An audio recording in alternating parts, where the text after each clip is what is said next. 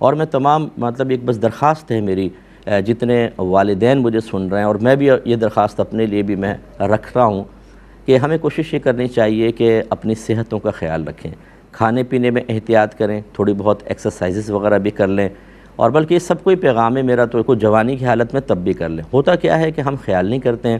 ہم بالکل free hand چلتے ہیں، ٹھنڈا کھا رہے ہیں، ٹھنڈا پی رہے ہیں، کولڈ ڈرنک، جنک فوڈز ہیں، میٹھا بہت زیادہ کھا رہے ہیں، ایکسرسائزز بالکل بھی نہیں ہیں، وزن بڑھ گیا ہے، دیگر وہ اب آخری وقت میں آ کر جب ہماری قوت مدافعت کمزور ہو جاتی ہے تو ہم بیماریوں کا مجموعہ بن جاتے ہیں۔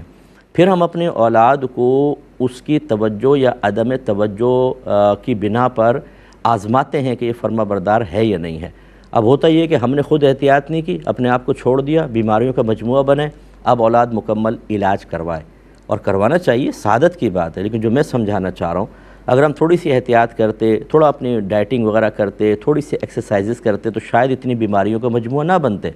اب ایک قلیل تنخواہ میں ایک بچہ وہ اپنی بیوی کو سنبھالے، بچوں کو سنبھالے، یا ماں باپ کو کا علاج کروائے، اس میں کبھی ایسا ہوتا ہے کہ وہ ڈس بیلنس ہو جاتا ہے، پھر ماں باپ کہتے ہیں کہ ہم نے تمہیں پال پوس کے جوان کیا، تم اتنا بھی نہیں کر سکتے کہ ہمارا علاج کرواؤ، رشتہ دار آ کے کہتے ہیں شرم کرو ذرا، تمہارے ماں باپ بیچارے بیمار ہیں۔ تو یہ ہم اس بیماریوں کو تو بعض وقت ہم خود پال رہے ہوتے ہیں، تھوڑا سا اس کا میں تمام لوگ جو ابھی چلتے پھرتے ہیں اس کا خیال کریں، بہتر ہے۔ ایک مختصر سا بریک لیں گے، ہمیں یقین ہے آپ ہمارے ساتھ ہی رہیں گے۔ بسم اللہ الرحمن الرحیم۔ تو میں تھوڑا سا بس اس پہ یہ اور عرض کروں گا کہ اگر ہم اپنے اس وقت جب ہمارا جسمانی نظام بالکل ٹھیک ہوتا ہے اپنے آپ کو کنٹرول کر لیں، اور یہ کوئی زیادہ مشکل نہیں ہوتا، نفس پہ غالب آنا سیکھنا چاہیے، اپنی خواہشات نفسانی کو روکنا چاہیے۔ خواہشات نفسانی ایک تو دوسرے نیگیٹو سینس میں جاتی ہیں، ایک یہ کہ آپ زیادہ کھا رہے ہیں، شادی بیاہ میں گئے تو کوئی احتیاط نہیں، زیادہ چکنائی والا کھانا، خصوصاً جیسے قورمہ کہ اس میں ناک بند کر کے غوطہ لگا لیں، اتنی چکنائی کی تہ،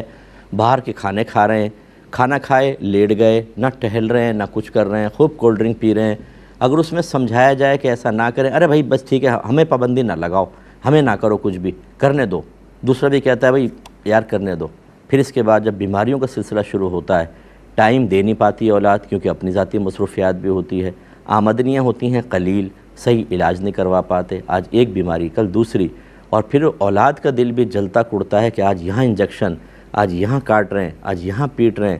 ہاسپٹل میں چلے گئے، اب ہاسپٹل میں آنا جانا، اولاد کا ٹائم دینا، یہ تمام چیزیں بعض اوقات ناراض مت ہوں کوئی بھی، میں نے پہلے ہی کہا کہ میں بھی اپنے آپ کو سامنے رکھ رہا ہوں کہ مجھے بھی بڑی احتیاط کرنی چاہیے،